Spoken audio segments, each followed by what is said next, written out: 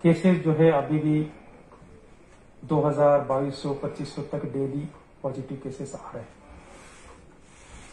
लेकिन जो पॉजिटिविटी का जो रेशो है, परसेंटेज है, वो अभी कहीं स्टेबलाइज होते हुए दिख रहा है। डेली पॉजिटिविटी का रेशो जितने हम सैंपल से लेते हैं उसमें पॉजिटिव पर्सन कितने आते हैं उसको हम पॉजिटिविटी रेशो बोलते हैं। तो तकरीबन 11-12% तक जो है स्टेबलाइज हो रहा है पिछले 4-5 दिन से। उसका असर देखने के लिए कुछ एक डेज या वीक्स भी लगेंगे जिसमें कि और इसको कमी आएगी। लेकिन तब तक जो कोविड का फैलाव हो चुका है उससे चलते डेथ्स का जो संख्या है डेफिनेटली सेम रह सकता है या कहीं उसमें मामूली बढ़ोतरी भी हो सकती है। बेड ऑक्यूपेंसी का सवाल पर मैं ये बताना चाहूंगा कि पहले जो 8-10 दिन पहले जो सिचुएशंस थी, टर्सरी केयर हॉस्पिटल्स में बेड्स की काफी किल्लत हुई थी, वो सिचुएशन आज इज आउट हुई है। स्कीम शोरा, एसएमएचएस और जेवीसी, इसके अलावा बाकी सब हॉस्पिटलों में हमने बेड्स, ऑक्सीजन सपोर्टेड बेड की तादाद बढ़ा दी है। उससे चलते इनकी ऑक्यूपेंसी जो है 80-85% तक आ गई है। इवन आने वाले दिनों में और कम हो जाएगी। और उसके अपोजिट जो डिस्ट्रिक्ट हॉस्पिटल्स थे, जिले के सतह पर जो ऑक्सीजन सपोर्टेड बेड के जो इकदाम थे उसमें उतनी ऑक्यूपेंसी नहीं थी, हार्डली 15-20% थी। वो अब बढ़कर के जो है 40-45% तक आ गई। कहने का मकसद जो है बेड ऑक्यूपेंसी रिलेटेड जो डिफिकल्टी थी वो अब ईज आउट हो रही है। आने वाले दिनों में हमें और अपेक्षा है कि वो और ईज आउट हो जाएगी। जो होम आइसोलेशन में लोग रहते हैं उनके लिए एक स्पेशल किट जिसमें कि ऑक्सीजन सैचुरेशन मेजर करने के लिए डिवाइस, थर्मामीटर, टेम्परेचर मेजर करने के लिए कुछ एक कॉमन यूज वाला मेडिसिन और ये सब यूज करने के लिए एक एसओपी डूज एंड डोंट्स के तौर पर हर एक पॉजिटिव पर्सन को दी जा रही है।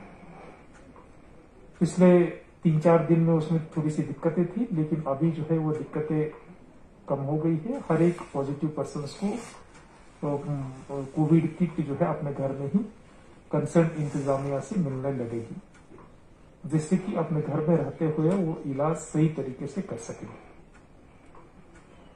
ऑक्सीजन का जहां तक सवाल है तो हमारे यहाँ 5 मैन्युफैक्चरिंग प्लांट्स है और 20 के करीब हॉस्पिटलों में ऑक्सीजन प्लांट्स लगे हुए। वादी की पोजीशन जो है ऑक्सीजन के चलते जो है काफी कंफर्टेबल पोजीशन में है। तो उस हालात को देखते हुए जो हमने बहुत ही नजदीक का जो नजरिया है या सिकुड़ता हुआ नजरिया उससे दूर आने की जरूरत है। कहीं कुछ मीडियम्स में मैंने ये भी देखा है, कोई एलिगेशंस, काउंटर एलिगेशंस की यहाँ कम हो रहा है, दूसरी जगह ज्यादा हो रहा है, उसमें हमने पढ़ने की जरूरत नहीं है। तो मुश्किल का वक्त है, हमने जो है एक कंबाइंड एक वन फैमिली मिलकर के चलने की जरूरत है। कोई चीज अगर कम पड़ जाती है तो डेफिनेटली हम दूसरे से मांग सकेंगे और डेफिनेटली वो ही गवर्नमेंट करती है। कोई भी फैसला लेने से पहले सरासर एक ब्रॉडर लेवल पर देख करके लार्जर इंटरेस्ट में वो फैसला लिया जाता है। तो ऐसे जो संकुचित नजरिए से, जो शॉर्ट साइटेड, नैरो माइंडेड कुछ एक कमेंट्स अगर आते हैं तो मैं कॉमन पब्लिक को यह अपील करना चाहूंगा कि आप उसमें मत ज्यादा देखिए। डेफिनेटली यहाँ की भी जो इंतजामिया है काफी बेटर है, आप सब जानते हैं। और इसको और बेटर करने के लिए जो जो चीजें हैं उसको हम जरूर करेंगे। वही बात लागू होती है यहाँ की वैक्सीनेशन से रिलेटेड। पहले जो है हमने काफी अप्रिहेंशंस थे, इवन हमारे हेल्थ स्टाफ ने भी वैक्सीनेशन नहीं किया था। लेकिन जब सेकंड वेव आई, हमें लगा कि नहीं, ऑक्सीजन वैक्सीनेशन एक जरिया है जिससे कि हम इस बीमारी को फेस कर सकते हैं इफेक्टिवली, तब हमारे यहाँ काफी बड़े पैमाने पर वैक्सीनेशन हुआ।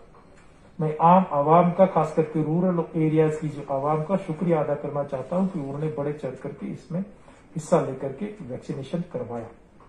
अबव 45 की उम्र के वाले लोग जो है वल्नरेबल रहते हैं। इवन एक एक दिन पर जो है 50,000 तक हमारा वैक्सीनेशन गया है।